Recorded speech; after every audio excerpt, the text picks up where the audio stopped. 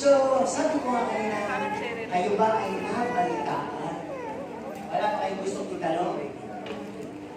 So, pwede siguro tanong dito, sabi mo, sabi niya, sabi ng, sinong nagsabi? Yun ang pamaga. Pag-uusapan ngayong umaga. Yun ang ating pamaga. Kaya, ang ating mga talata naman ay Mateo 4:4. Kasi napakahalaga na malaman natin, hindi lang tayo nabubuhay sa literal na pagkain, sa layaw, sa mga balibalita, mabuhay tayo sa salita ng Diyos. No? Kaya sabi, man shall not live by bread alone, but by every words that proceeded out of the mouth of God. At sa Tagalog ko naman babasahin ang 2 Timothy 4:2b at 3a. No, ibig sabihin, kalawang bahagi ng 2 at unang bahagi lang ng 3. Ang sabi dito sa 2 Timothy 4:2b and 3a, sabi, ipangaral mo ang salita. Go on and go on. Sabi dito, sumuwata ka, sumuway ka, mangaral ka ng may buong pagpapahinuon at pagtuturo. Ano po? Sapagkat darating ang panahon na hindi na nila titiisin ang magaling na aral, kundi pagkakaroon nila ng katinang kailan. So alam naman po ninyo kung ano yung susunod na mga sinabi sa talata. So mas pipili nila na kumuha ng mga huwad, ng mga guro, na magbibigay sa kanila ng magandang pakinig o magandang katuruan, yung masarap sa pera. Po. Kaya hindi na nila titiisin ang katotohanan, minsan ay masakit. So this is all about, we're gonna talk about falling words. Ano ba yung falling words? Ito yung pwedeng salita natin na hindi maaasahan. Ano po? Mga salitang walang kabuluhan, mga salitang kasinungalingan, mga salitang nakakabasag ng tripan. O yung slandering, ano po? Bigyan ko lang kayo ng idea. Yung falling words. Ano po? When we talk about the Word of God isn't a falling word. Kaya nga sinasabi natin, infallible, indestructible, uncorruptible. Hindi pwedeng haluan ng mga bagay na pandaraya, hindi nagkakamali, at hindi kailanman masisira. Yun ang salita ng Diyos. Pero salita ng tao, mangako ka, nasisira yan. Nanangako ka dahil masaya ka. Kaya parang hindi natuloy. Yung pinapangako ko, yung inakasako, wala na sila ka na sa sinabi mo. Amen? So sometimes nagsisinungaling ka para yung papuri mo, pabalik sa'yo. Pupurihin mo yung isang tao na hindi naman totoo para purihin ka rin pabalik. So yun yung mga halimbawa ko. I'm giving you a preview of the word. Okay, bago tayo magpatuloy, ang sabi nga, today's generation is full of falling words. Fallible, destructible, corruptible, flattery, lies, and untruthful words. Siguro, lahat hindi tayo ma-escape dyan. Hindi natin pwedeng sabihin na lahat ng lumalabas sa ating bilang Kristiyano ay purong salita. Nakapagsasalita pa rin tayo ng mga bagay na hindi maganda sa sarili, sa relasyon, sa kaibigan, o sa Diyos, o kahit sa kanilang tao. Kaya pag-aralan natin ngayong umaga, sabi nga, everyone utters all kinds of nonsense word and conversation, no? Sabi nga, makadaldal lang, no? May masabi lang, no? Makasali lang sa usapan. We are rendering words that humiliate a person, no? Degrade a person, insult a person, damaging a person, and hurting a person. Yan minsan yung mga salita natin, nakakapamahiya tayo, nakapagbibigay tayo ng mababang pagtingin sa mga tao, nakaka-insulto tayo, nakakasira tayo, o nakasasakit tayo. Yan generation ngayon, di ba? Mga variety shows ngayon sa TV, puso na yung okrayan, puso na yung baragan ng salita. So parang may nakikita din ako na sa mga mag-asawa, minsan nagbabaragan din ng salita, nag-aalaglagan, pero sabi na joke lang, pero hindi maganda tingnan. Parang wala ka nang marinig sa paligid ng mga bagay na puro, bagay na maganda, at masarap sa pakinig. Parang yung daya ng mga salitang yon, yung mga sakit ng salitang yon, tanggap na. Di ba, meron na tayo right, so yan natin papangalanan. Doon samantalang ang kakasalita mo natatapatan ng mga piloto belt na komento. At natutuwa naman yung mga nakikinig yung mga nandun sa studio at yung mga nanonood. At dahil na-appreciate nila, natutuwa sila, hindi nila alam na-apply na nila o na-influensyahan na sila ng mga bagay na to. And all of that are called falling words. Okay. So, tapos tayo sa salitang pokrayan. Sino hindi magaling sa ganong salita? Yung pagka nagsalita kayo, talagang mapaparanyo yung inyong kausap. Diba? Minsan, anak, asawa, kapatid, barkada, tropa, ginagawa natin yun. Pero sabi nga sa Bible, yun ang sabihan ko yung kapwa ng mangmang, sira, ay sabi, pwedeng manganib ang iyong kaluluwa sa apoy ng impyerno. Why? Because all of us are created unto the image of the living God. Lahat tayo, nilikha ayon sa imahe ng banal na Diyos. Huwag natin pababain yung tingin natin sa ating kapwa o sa ating sarili. Ano po? Kaya sabi, words are powerful. Whether you render it positively or negatively, mangyayari yan sa'yo. Aapektuhan tayo niyan. Yung sabi ka ng sabi ng malas malas ako, malas kayo, mangyayari po. No? Kasi sabi ng ganun dito sa Proverbs 18:21, no? Life and death are in the power of our tongue. At dito din sa Bible sinasabi yung bubuksan ko ang kalangitan at magiging saksi sa lahat ng sasabihin at mapangyayari ito sa buhay ko. Kaya mag-ingat na tayo sa sinasabi natin. Kahit na hindi na lang sa atin o sa anak natin, itong lalaki na siguro maarte, mag-aasawa ka siguro ng maaga. Huwag po natin papakuwalan yung mga ganong salita, lalo na kung galit tayo. No? Kaya naman pag merong umakarga sa mga anak ninyo at binibigyan ng parang mga bendisyon, naku, bapito, marami itong lolo mo, hindi babae. Biblokin mo agad. No, kasi nai-impart sa kanila yun. Totoo yun. Kaya ingat tayo sa ating mga salita. Kaya nga falling words natin, papunta ang mundo sa fallen world dahil sa salita na po ng mga nangyayari, naririnig. Pero so, the Bible or the Scripture has a verse for it. Yun nga yung sinabi kanina, Proverbs 18:21.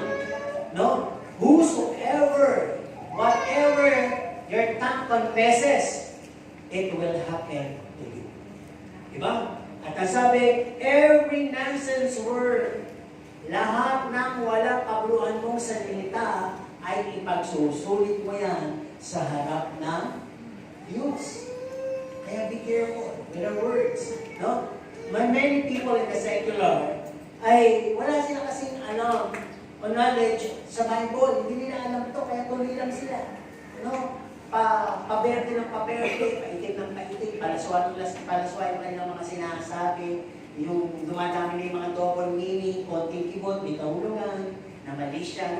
Kaya kung titinan po natin, hindi naman kasi sila nagbabasa ng Bible. And no one even care, even Christians don't rebuke, walang nagpapaalala sa kanila. Bakit? Kasi naiintindihan rin natin minsan narinig pa ba niya, huwag mo sinasabihin, Christian tayo. Dapat may iba tayo, hindi gumagano pa ba? Wala. Nakikihalo rin tayo minsan sa sarap ng mga biruan at sasabihin natin, joke lang naman yun Pero kahit na joke yun, sa harap ng Panginoon, yun pa rin ay lahat walang kabuluhan. Nilikha kang marangal, nilikha kang banal, nilikha kang kawangis ng Diyos. Ang Diyos mo pag nagsasalita, walang kabuluhan? Hindi. Lahat ng salita ng Diyos, makapangyarihan, nadalang ang mundo dahil sa Kanyang salita. Kaya sa salita natin, may malalala, may mangyayari. Di man natin makita ngayon, makikita natin sa mga susunod na panahon. No? Kaya ingat tayo sa ating salita. Sabi, we Christians must be aware of this. Dapat may filter tayo sa salita natin. Whether it be for us or for our neighbor. Ang ating salita, kinakailangan ay puno lamang ng katotohanan, truthfulness. No, yung totoo lang, huwag tayo magsasalita ng bola, kasinungalingan, no, false praise, para lang tayo purihin din. Actually, huwag tayo magsalita ng gano'n. Dapat truthfulness lang. should be sensible. May sense, knowledgeable. May matututunan yung nakikinig.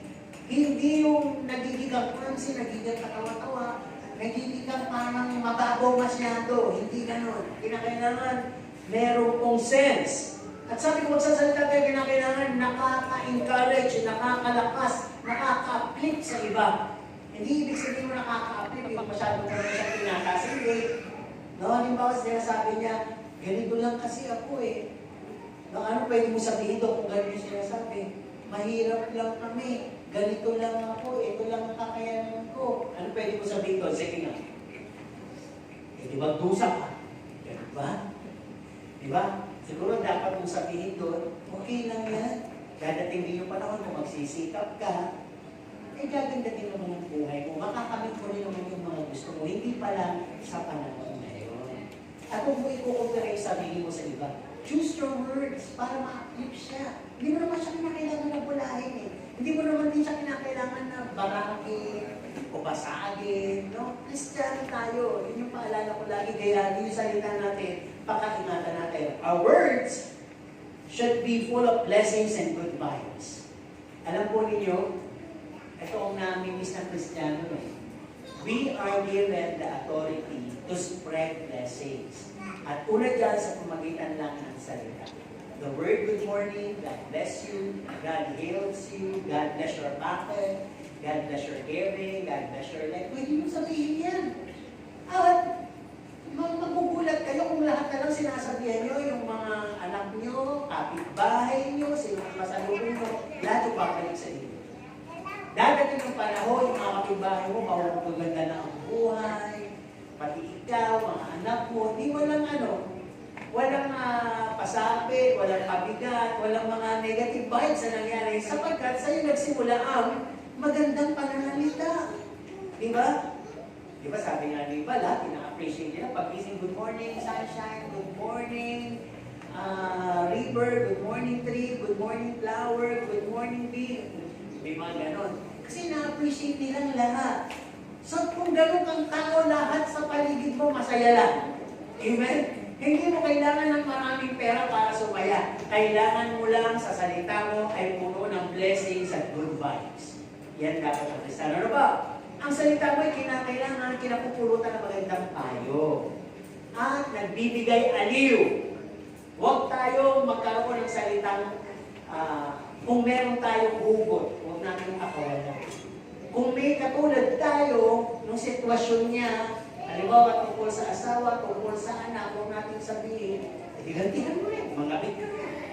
Ganun ang ginagawa. Mali po yun. Kristiyano pa naman kayo, di ba? Ay, bayaan mo siyang maglayas. Di ba? Kasi ganun yung aplikasyon nyo eh. Hindi ko magagandang payo yun. At lagi yung babalikan yung sarili nyo. Sino kayo nagsasalita? Sino kayo nagsabi? Kristiyano ka ba talaga? Kaya kung Kristiyano ka, hindi na kinakailangan lumalabas sa bibig mo yun. Ano po? Ano pa? Kinakailangan ang salita ay puno ng pag-asa at pagtanggap. Amen po ba? Kapag nakaka-encounter kayo ng mga taong pulubi, encounter kayo ng mga taong walang pinag-aralan, mga taong lowly, mga taong para bang tinalikuran ng sosyedad, mga nakakulong, ano bang mga dapat na sinasabi niyo dyan? Diba? Kinakailangan bigyan niyo sila ng pag-asa at ipakita ninyo mga salita pagtanggap. Diba? At kung hindi niyo masabi sa inyo sarili, sabihin niyo yung sinasabi ng Panginoon. Kung sinabi nga ng Panginoon kay Maria Magdalena, nagkasala ka, bibunod ka sa inyo. Tumingin ka, hindi ba ito ba? Wala. So kung wala, umayo ka, huwag ka na magkasala. Di ba? Ganun lang, kita yung mga halimbawa ng Panginoon, dapat hindi yung ginagawa natin. Ano ba? Our words should be full of love, mercy, and compassion. Hindi mo kailangan piliin, lalo na kung magaganda na yung buhay, mayayaman, mabait. Puro love na po yan. No, hindi ko naman sinasabing iwasan mo na sila, patangyan mo. Ibig sabihin, kung nagagawa mo yan sa mga taong kaya magbalik sa'yo, gawin mo rin naman sa mga taong walang kakayanang magbalik sa'yo. At sa pagsasalita mo ng may pag-ibig, habag, at awa, nagtuturo ka rin sa kanila. Sabi ko nga kahapon, Maliit lang yung binibigay namin. Pero umaasa ako na isang araw, hindi lang kayo laging tumatanggap. Kayo din ay isang araw magbibigay. Ano ko, yun, di ba nagbibigay ka ng pag-asa sa kanila? Na hindi mo kailangan magawa ngayon. Pero sa pag-ibig na natanim sa'yo, para kasi tayo nagtanim kami, sa pag-ibig na nagtanim sa'yo, magbubunga yan. Di ba? Pag-ibig, pagbibigay, ang magiging bunga din yan, pag-ibig at pagbibigay. Kahit maliit, kasi simulan mo, ma-develop mo yung generosity sa'yo. Sabi mo nga, hindi mo kailangan maging milyonaryo, umaman, tumama sa loto para matuto kang mamigay. Nagsisimula yan sa nais ng puso. Pwede mo rin idalangin, Panginoon, gusto ko magbigay. Gusto ko makapag-share. Turuan mo ang ating puso.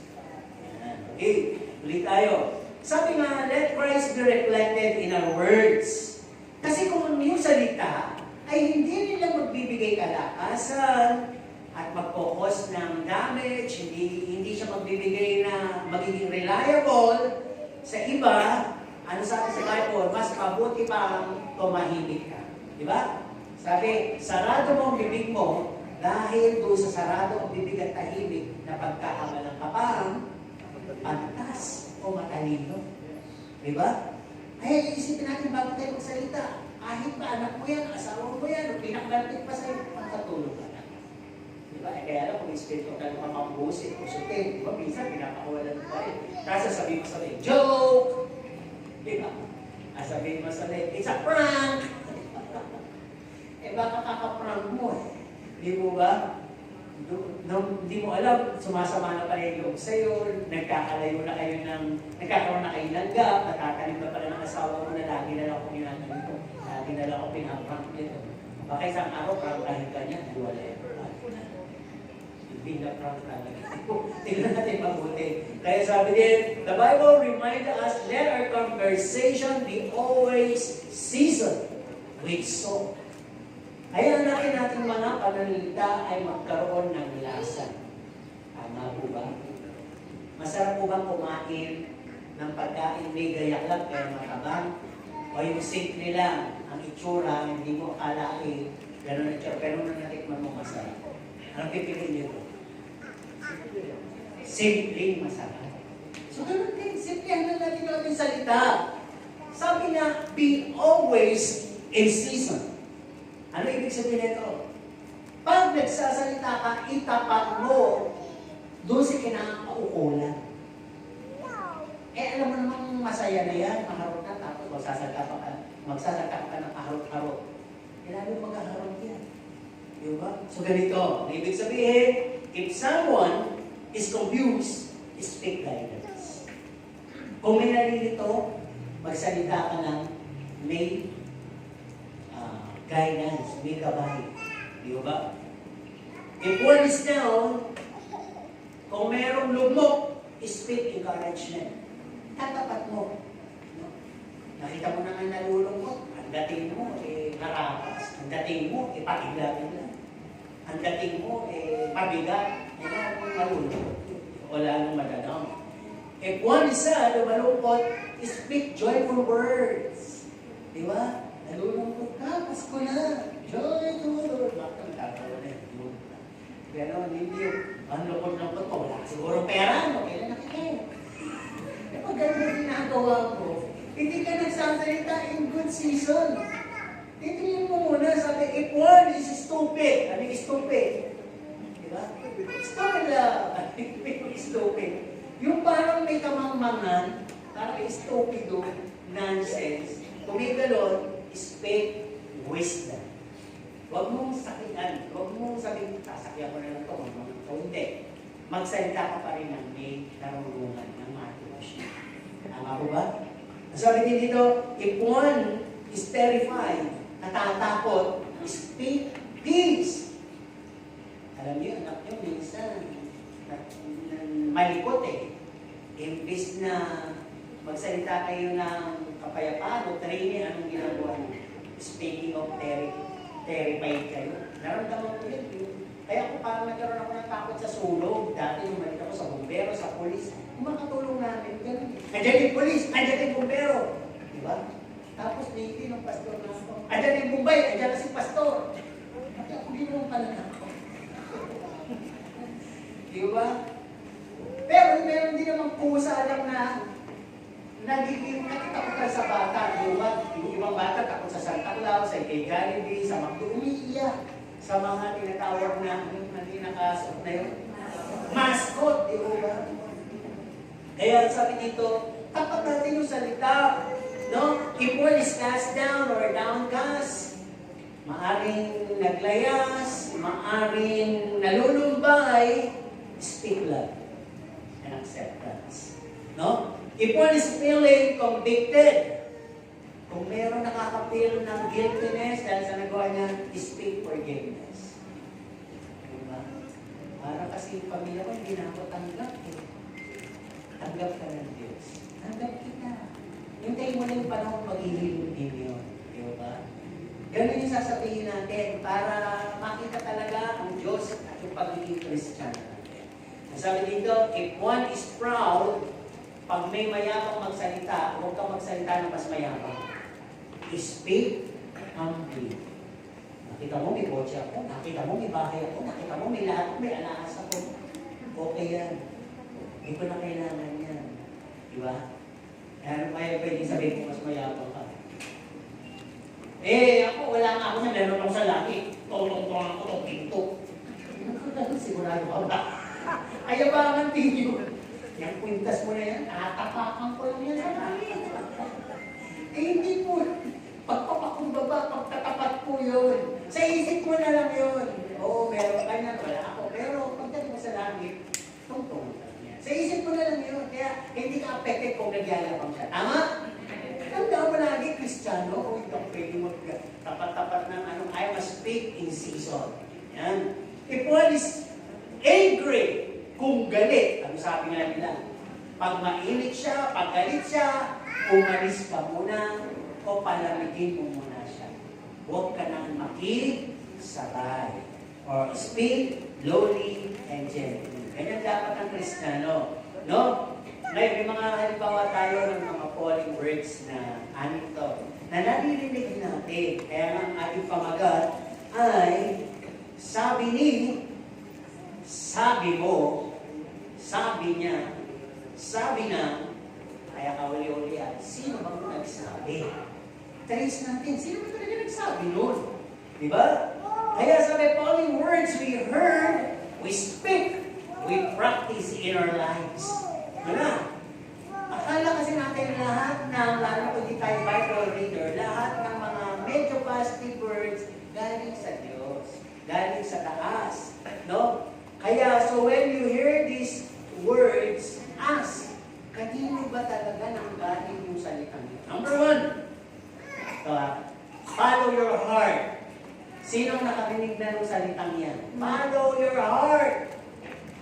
Kung ano ang gusto ng puso mo, sundin mo. Hindi ko alam kung sino ba talaga ang sasagutin ko sa kanila. Yung mahal ako o yung mayaman na hindi naman ako mahal. Ano sabi niyo? Follow your heart. Pinapayo niyo ba ninyo yan? May nakapagsabi sa inyo yan? Wala? Lahat kayo nasa Stone Age pa? Ako lang ba nakarinig doon? O siguro kaya baka kayo din siya nasabi niya. No? Sabi dito, Jesus never said that. Wala sa Bible na nagsasabing follow your heart. Instead, ang sabi ni Jesus, follow me. Follow me, yung sabi ni Jesus. Kasi yung puso, ang sabi ng Diyos, guard your heart. Hindi follow. Guard. Bantayan mo ang puso mo. Because it's deceitful and desperately wicked in understanding. Ang puso kasi ay madaya, marupok.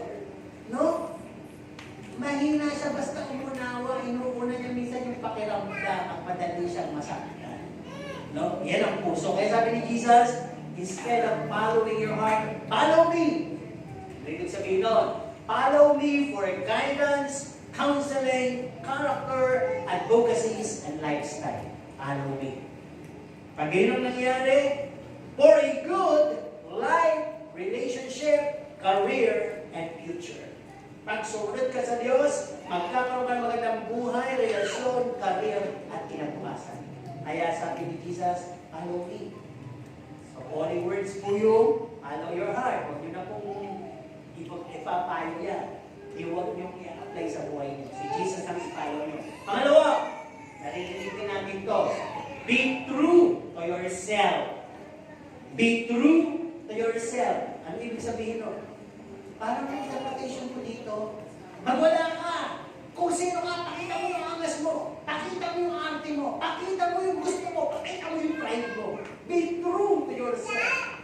Pero sabi po ni Jesus Christ, no? Whoever wants to be my disciple must deny himself and take up their cross and follow me. Yun ang sabi ni Jesus Christ. Deny yourself. No? Kasi sabi dito, Christian life is not prestige, leisure, self-centeredness, and all about your needs. Buhay Kristiyano, hindi po yan prestiyoso, hindi po yan puro sarap, hindi po yan puro sa sarili lamang, hindi yan puro sa lahat ng pangangailangan mo. Kaya sasabihin mo, wala ka ng pera, oo, wala. Ikaw naman yung tatrabaho eh. Be true to yourself, bilhin mo ng bonggang-bongga yung gusto mo. Bakit? Sinasabi mo yung be true to yourself, di ba? Pero sabi niya dito, it's more on sacrifice, giving about all our needs, no? At ang sabi, it's more on giving all your help for others and losing your life to find it. Ang totoo, di ba yung mawala ang buhay mo, mawalan ka, makikita mo na ganyan isang araw sa Diyos. Di ba? Wala pong magiging totoo sa kapwa at lalo sa kanyang sarili. Tama po ba? Di ba hindi naman tayo talaga totoo sa sarili natin? Hindi ka po minsan yung gutom ka na, kain ka, hindi, busog ako. Kaya pwede mo sabihin, be true to yourself. Pag kayo ng be true to yourself, inubos yung pagkain. Pagkakain, nagpabalot pa. Ayan. Di ba? Kasi in-knowledge mo siya. Walang lang sa Bible. Okay, Holy words number 3. Believe in yourself. Sino nakarinig na nito? No? Like lang siguro. Pero kung yung believing in yourself, Jesus never said that. Ang sabi ni Jesus Christ sa John 14:6, believe in me, I am the way, the truth, and the life. No? No? He said, believe in me.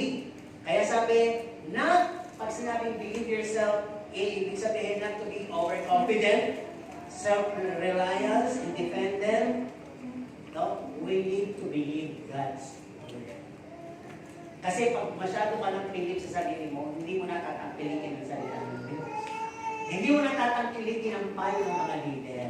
At isang araw, hindi mo na rin tatangkilikin ang iglesia. Kasi pilit ka, naniniwala ka sa sarili mong kakayanan. No? So instead of that, apply more of faith and not more of strength. Siguro hindi masamang malakas ka, may kakayanan ka, pero unahin mo may pananampalataya ka. Amen po ba? Kasi ano ang lakas, ano ang galing kung wala kang pananampalataya. Tama? So wala kang pag-uulan.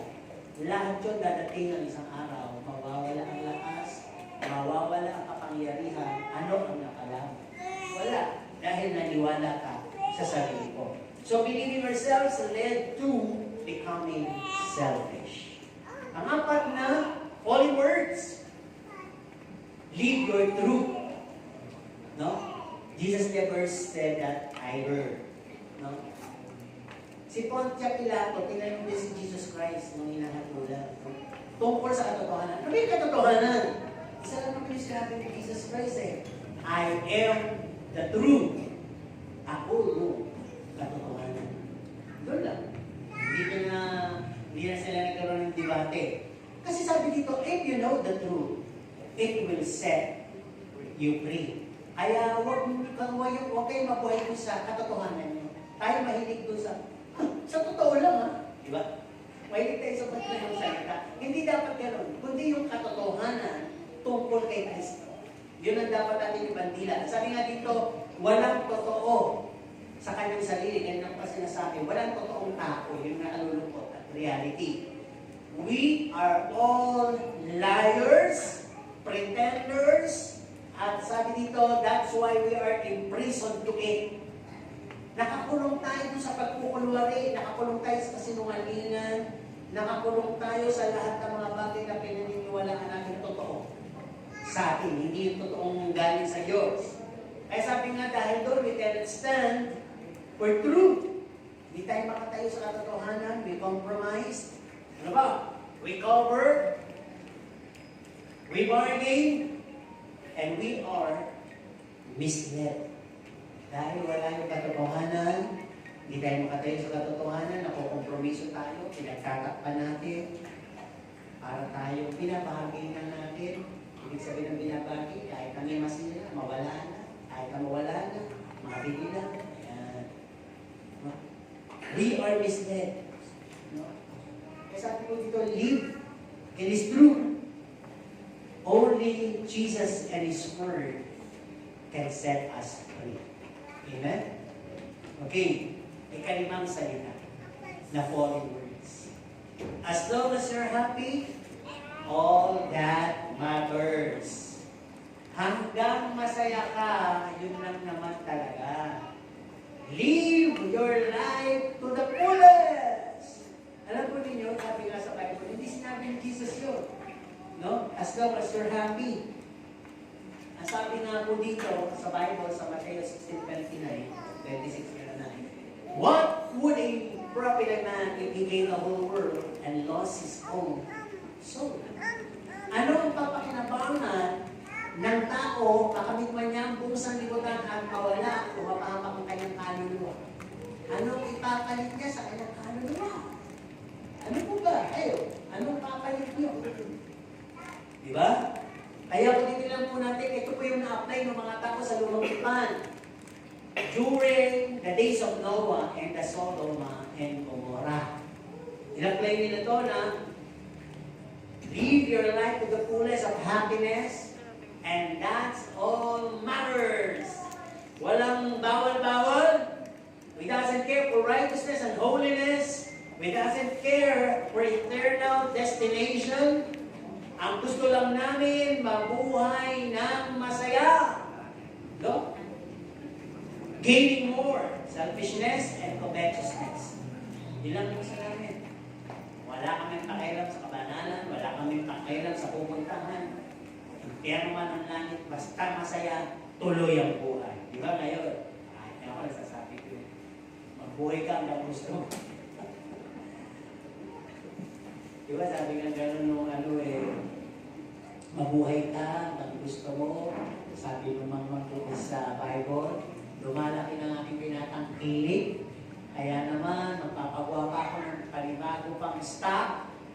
At pagtapos ito, okay, magsasaya, mag-iinom, at kakain. Parang yan, di ba? Pero sabi ng Panginoon, hangal, gawin mong lahat. Di ba? Sapagkat sa gabi ito, pupunin ko ang buhay na. Eat, drink, and be merry. Yan ang ginagawa nila ng mga tao. Kala nila, ang buhay, all matters is eating, partying, drinking, happiness. Pero hindi alam, pagtulog mo, ka na mag-isip. Di ba? Okay, number 6. No, holy words. Life is short. Go for your pleasure and die happy. Ay, ito na pala ako na yung aking paliwanag. Jesus said, diba? Ito, hindi sinabi ng Diyos yun, na life is short. Go for your pleasure. At sabi ni Jesus Christ, eat, drink, and be merry, for tomorrow you die. Yun ang sinabi ni Jesus Christ. Kaya, atin pong muni-munihin yung buhay natin. Andyan po yung Hebreo 9:27. No, sabi, it is appointed unto man, once to die, he will face judgment. Diba? Meron kang naharaping paghatol sa oras ng iyong kamatayan. Pero sabi nga dito, people care for their life here on earth, have no knowledge of their eternities. Yun lang tao. Yung may lumaman ka, sumayak ka, basta wala ka na nagkapiyato, mamamatay ka mabait sa langit ka. Mali po. Kailangan mo ng relasyon. Amen? Ikutin lang po natin, let's talk about judgment. Ano ba yung judgment? Nakakatakot ang pakinggan. Pag sinabing, you will be judged. Di ba? Sabihin nga natin sa ating katabi, teka lang, hindi pa yun. Sabihin natin basta kakatakot. No? Malapit ka ng hatulan. Sabihin mo sa inyo. Handa ka na ba umarap sa Diyos? Oo, hindi pa papakita ko yan. Yan talaga sinasabi sa Bible yan. Di ba? Maganda ka, don't die without Jesus. Dahil naharap ka, may magsusulit ka talaga sa harapan niya. Pero ano yung judgment? Nasabi dito, meaning, after the life you have here on earth is the real life spent. Pagtapos ng buhay mo sa mundo, temporary lang lahat yan. Kung ano meron ka, kung ano ka, temporary lang lahat yan. What is permanent and everlasting and eternal is yung eternity mo pagkatapos mo mamatay. You will be assigned to either two eternities. The eternal life or the eternal hell. Yun lang naman yung pupuntahan. Wala nang ibang eternal. Pwede sabihin ko tatlo. Dinala ka sa eternal garden. Hindi ko pa lang literally hindi. Pero yung talagang eternal, dalawa lang, langit at impyerno. No? Kaya nasabi dito, pag tayo mo sa harap ng Panginoon, ang una pong susuriin ng Panginoon, you will be accountable in every words, action you utter and show while you are living on earth. Kaya iharap mo yung lahat ng sinabi mo, paninira mo, kritisismo mo, salitang joke, salitang walang kabuluhan, salitang yabang, salitang mabigat, salitang malaki, maliit, sinabi mo sa dilim, sinabi mo sa liwanag, sinabi mo sa marami, sinabi mo sa sarili mo, sinabi mo sa Diyos, lahat yun ipagsusulit mo sa Kanya. Diba? Bigyan ka lang, diba? Pinapakahalagang malaman natin. Number 7, last point sa Holy Word. Sino ba nagsabi dito? Hail Mary, full of grace, the Lord is with you. Blessed among women, and blessed is in thy womb, Jesus. Sino nagsabi niya? Sinabi ba ni Jesus yun? Sino nagsabi? Ano sasabihin ni Jesus na nasa tiyan natin? Sino nagsabi noon? Ano ba yun? Dasal ba yun? Hindi namin alam. Kaya pinanganak kayo mga boy na ginawa. Di ba dasal, ginawat dasal yun? Ang nagsabi po noon si Elizabeth, na pinsan ni Maria. Dahil nung nakita niya si Maria, nakita sila, gumalaw yung nasa tiyan ni Elizabeth kasi Juan Bautista. No, naramdaman pareho nasa tiyan. Na dala-dala naman ni Maria, yung sa sinapupunan niya si Jesus. Kaya nasabi tuloy ni Elizabeth, no? Hail Mary! Oh Maria, napupuno ka ng grasya, ang Diyos ay sumasayo. Bukod kang pinagpala sa babaeng lahat, at pinagpala naman ang iyong anak na si Jesus. Yun lang naman yung sinabi. Pero dinuktungan yung dasal. Oh Maria, di ba may sinabi doon? Oh, napupuno ka ng grasya, ang Diyos ay sumasayo. Bukod kang pinagpala sa babaeng lahat, at pinagpala naman ang iyong anak na si Jesus. May dinugtong pa eh. Santa Maria, ina ng Diyos, panalangin mo kami kung kami mamamatay. Amen. May sinabi mo kayo sa Bible. Holy words. Wala. Yung si Maria namatay na nga eh. Hanggang ngayon yung patay, pinipilit pa rin ninyong ipagdasal kayo. So wala. Holy words ko yun. Kaya sabi, this doesn't guarantee us to heaven. Mary is not the preach way to heaven. Oh, preach way. Hindi po siya tulay papunta sa langit. No? We need a relationship with Jesus Christ, the only way to heaven. Supported po ito ng mga verses. Supported po. Romans 10:9-10, Romans 6:23, John 3:3, John 1:12, 1 Timothy 2:5, John 14:6. Yung gusto ulitin mo ito, magpapastor kayo, magpapastora, kunin nyo. Sulat nyo, pero kung hindi naman, doon kayo magpipastora, ayaw magpastor, huwag nyo na, papakinggan nyo lang po ha. Romans 10:9-10, Romans 6:23, John 3:3, John 1:12, 1 Timothy 2:5, John 14:6. Mabilis naman, paano naman namin masusulat? Hindi talaga may gusto magpastor, dapat mabilis. Pagsalat, okay. Mamaya na lang. yan, reference na natin pag gusto nyo. Ano ba yung sinasabi sa mga sinabi ng pastor na yan, ng mga talata? Paparaphrase ko na natin.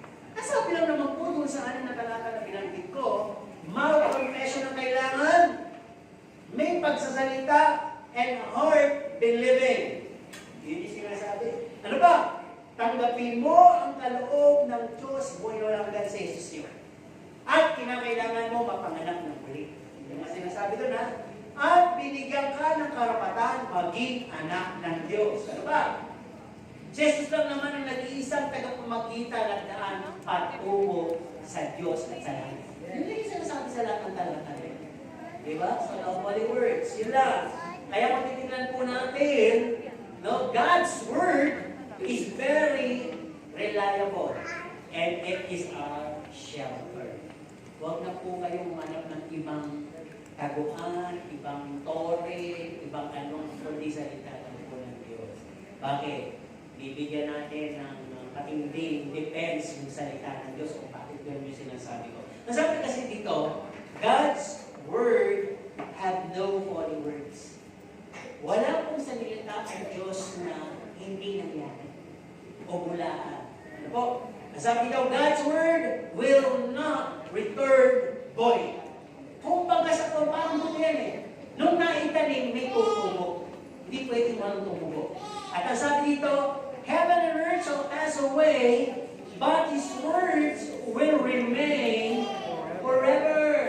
Mananatili yung salita ng Diyos. Lahat pupupas, mawawala. Ano pa? God's Word, or sinasabi natin ito, sa the Bible is a mighty Word of God. It's infallible, indestructible, and uncorruptible. At ang mga pagkanda dito, yung pinakamakapangyarihan sa sabi ko tungkol sa Word of God. God's Word is the beginning, was with God, and it was God. Diba? Kaya saan ka pa? Saan ka ba? Sasabi ni? Sabi mo? Sabi niya? Sabi ng? Sino ba talaga nagsabi? O sa salita ng Diyos? Ayan. Saan ka ba? Di ba? Kaya ano dapat pag-approach natin sa salita ng Diyos? Halos patapos. Sabi dito, trust and obey. Magtiwala ka, sundin mo. Ano ba? Hold on to it as a light and lamp to your feet and path. Hawakan mo ito bilang ilaw at tanglaw sa daanan mo at landasin mo. Yan lang. Tamang may magulat ang mga gabay sa'yo. Pero yung salita ng Diyos ang pinaka-the best na gabay sa'yo. Amen po ba? Ano ba? Have faith in God's Word. At ano sabihin niya ito eh? Have faith in God's Word. Sino dito yung members na pinaalagaan niya? At alam ko kung ano yun. Philippians 4:19, di ba? Di ba marami? Hindi masama. But my God can supply. But do you supply God? Pagbalikan ko kayo. Do you supply God? Binabalikan naman ba ninyo ang Diyos ang paglilingkod, pag-ibig, at ng lahat ng due for Him? Bago mangyari ang Philippians 4:19. Okay. Thus it will be said that you have faith in the Word of God. Number 4, ano approach natin toward the Word of God? Don't be ashamed to share the Word of God. Romans 1:16, it has the power to save. Huwag kayong maniyan. Di ba, hindi kayo pagtawanan. Kasama po talaga yung pusing-pusing din pagtawanan. Pagkamalan, lupol-lupol. Pero yung sinabi nyo na yun, mananatili po ito sa nakikinis, sa pinagsabihan nyo. Bakit isang araw, alam ba ninyo si Pablo eh, yan ang pinakamasama eh. Mamahumatay Kristal eh, bakit nakaligtas? Siya na nga nagsabi na, dahil nakita niya, nahook siya eh, di ba? Ng salita, si Jesus Christ yung salita na, bakit mo ako pinag-uusig? Di ba? Si Jesus Christ eh. Kaya pag dumating ang salita ng Diyos sa mga pinagsasabihan ninyo, dahil gano'n pa siya kapaglas, puso ko yan. Just have faith in that. Okay? So next time, sabi, when you hear a word, a note, a teaching, an information, a trivia, a news, or exclusive word for you, yung talagang sinabing may sasabihin na tungkol sa'yo. Siguraduhin nyo, Alamin niyo muna, before you believe, who said? Sino nagsabi? Before you pass it to others, bago ka maniwala at bago mo ipasa sa iba, sabi mo, ha? Diba? Before others spread it, bago ikalat ang iba, sabi niya, mula sa iyo, sasabihin ko, sabi niya. And before others got confused and believe it, sabi nang.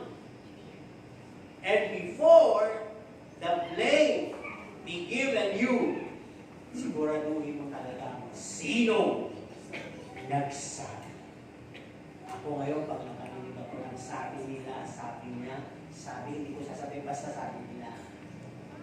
Hindi na ako interesado pag hindi mo sinabi kung sino talaga nagsabi.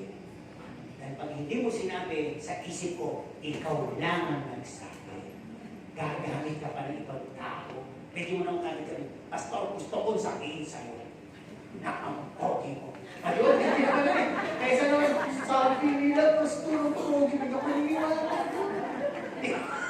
Ay, di ako nag-split ng negatibo, ha? I don't believe in myself. Diba, basta sabi nga, ang pinaniniwala ko, sabi ng nanay ko. Siyempre, nagyaya ko sabi ng nanay ko, di ba? Matanda na siya. Nung bata-bata ko, nung naniniwala, malaban na ako, sabi ka na, kung ba, malalapas ka ang anak niya. Pero ngayon matanda na siya, ginagalang ko na, sige mami, amen, amen. Tuloy tayo, okay. Hindi ba talaga sinusuri ako? At tutulog na ako ng makina ng aking ay bagay mangin. Okay, tuloy tayo.